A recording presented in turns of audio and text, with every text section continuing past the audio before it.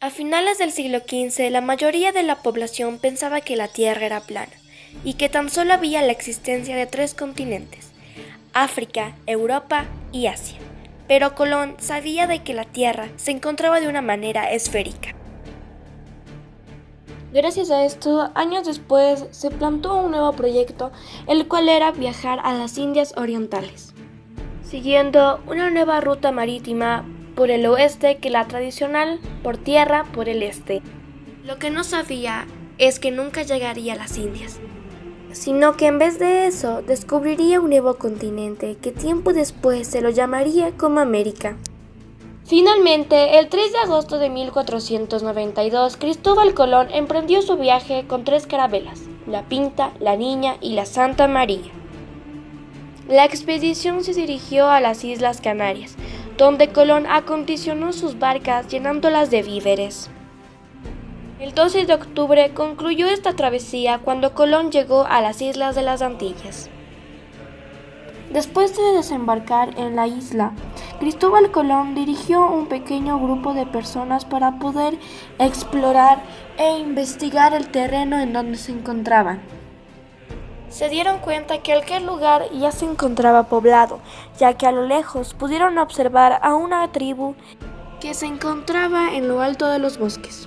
Los españoles que normalmente venían a América eran jóvenes desheredados, aventureros, militares jubilados y evangelistas. La llegada de los españoles fue comunicada por los chasquis, que son los mensajeros del Inca y por lo tanto del imperio. Ellos también comunicaron a los pueblos cuando los españoles empezaron a diezmar a la población. Les pidieron a los pueblos que estén listos para lo que se venga. Algunos decidieron rendirse ante los españoles y fueron esclavizados. Otros los enfrentaron poniendo trampas o peleando cuerpo a cuerpo con ellos. La trampa más común era la de tensar una soga para que cuando un jinete esté pasando, se caiga, se separe de su caballo, y los indígenas aprovechaban y le cortaban la cabeza. Luego, la cabeza del jinete se mostraba al pueblo y les decían: los españoles no son dioses, sino mortales. Lamentablemente, los que fueron esclavizados les dieron información sobre los puntos débiles del imperio. La llegada de Colón a América tuvo radicales consecuencias para los indígenas, ya sea con esclavitud, guerras, muertes y enfermedades. Este fue uno de los temas que más afectó a los nativos. En primer lugar, cómo estas enfermedades llegaron a América. Los microbios bajarían en las carabelas desembarcando en la población nativa.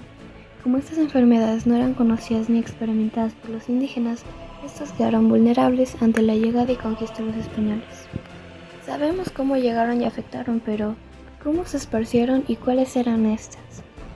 Esto claro dependía de qué tipo de enfermedad era. Por ejemplo, por vía respiratoria era gripe, viruela y sarampión. Por contacto directo, viruela. También las picaduras de piojos esparcían el tifus exantemático. Y más tarde por picaduras de mosquitos la malaria y fiebre amarilla. ¿Es posible que estas enfermedades llegaran a matar a más personas que las armas en sí? Pues no cabe duda, pensar que algo más de 100 hombres y unos cuantos caballos dirigidos por Hernán Cortés, barriendo un imperio enorme, muy bien organizado y de alto nivel de civilización, es conocer la realidad de la historia. La viruela y el sarampión fueron uno de los perfectos aliados en el éxito de la conquista española. El arma definitiva de los conquistadores que infundía una insoportable forma de terror. Armas de fuego, caballería y ballestas. Estos fueron los principales factores de supremacía de los conquistadores españoles en el campo de batalla frente a las tropas indígenas en el siglo XVI.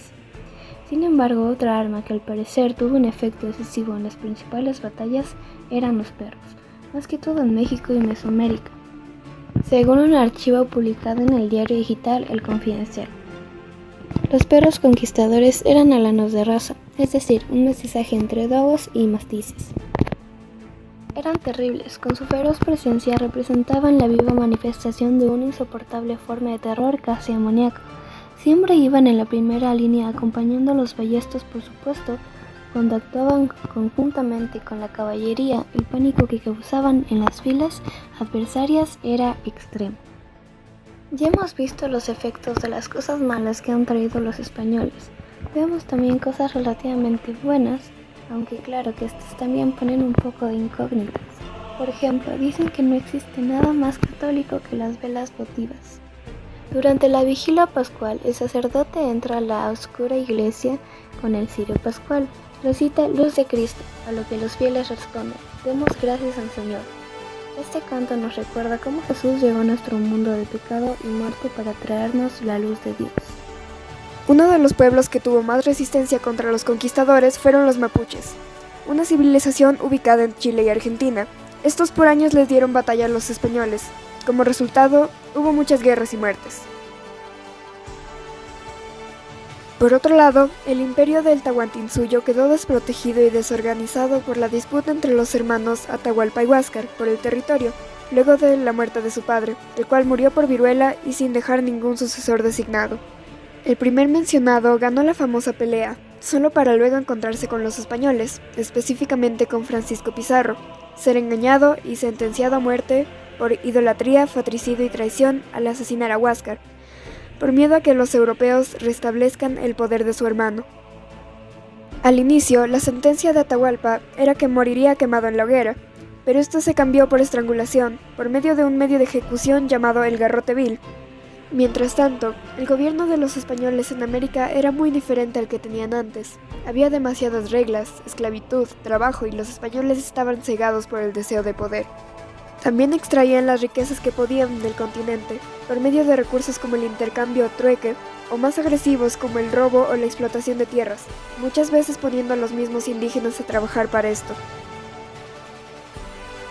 Cuando los conquistadores europeos se dieron cuenta que las riquezas del continente americano necesitaban de trabajo para ser extraídas, los nativos del lugar fueron su primera opción para aquel trabajo de mano dura.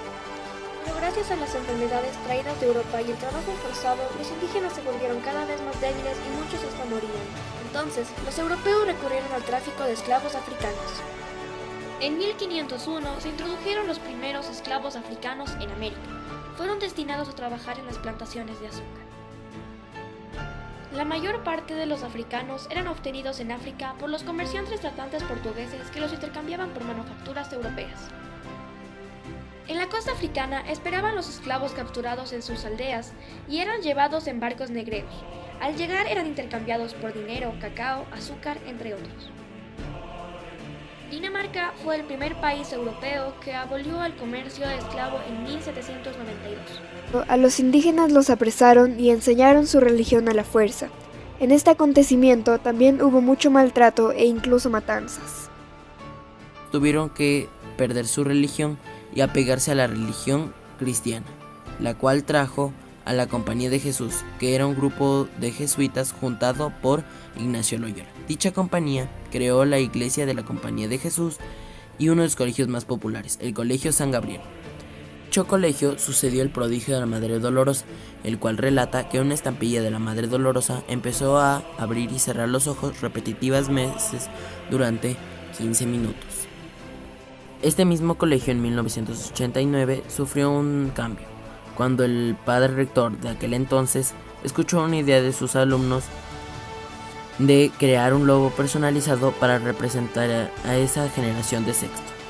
Esta idea fue bien recibida por el padre rector y se ha mantenido por los años y se ha denominado el lanzamiento del logo, ya que cada año la nueva promoción de sextos lanza un logo diferente para representar a su generación.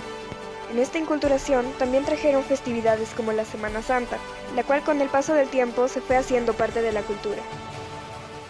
Tiempo después se originó la procesión de Jesús del Gran Poder, la cual se realiza todos los Viernes Santos a la estatua de Jesús de Nazareno, que se volvió a nombrar como Jesús del Gran Poder, en honor a la cita bíblica: toda potestad me es dada en el cielo y en la tierra.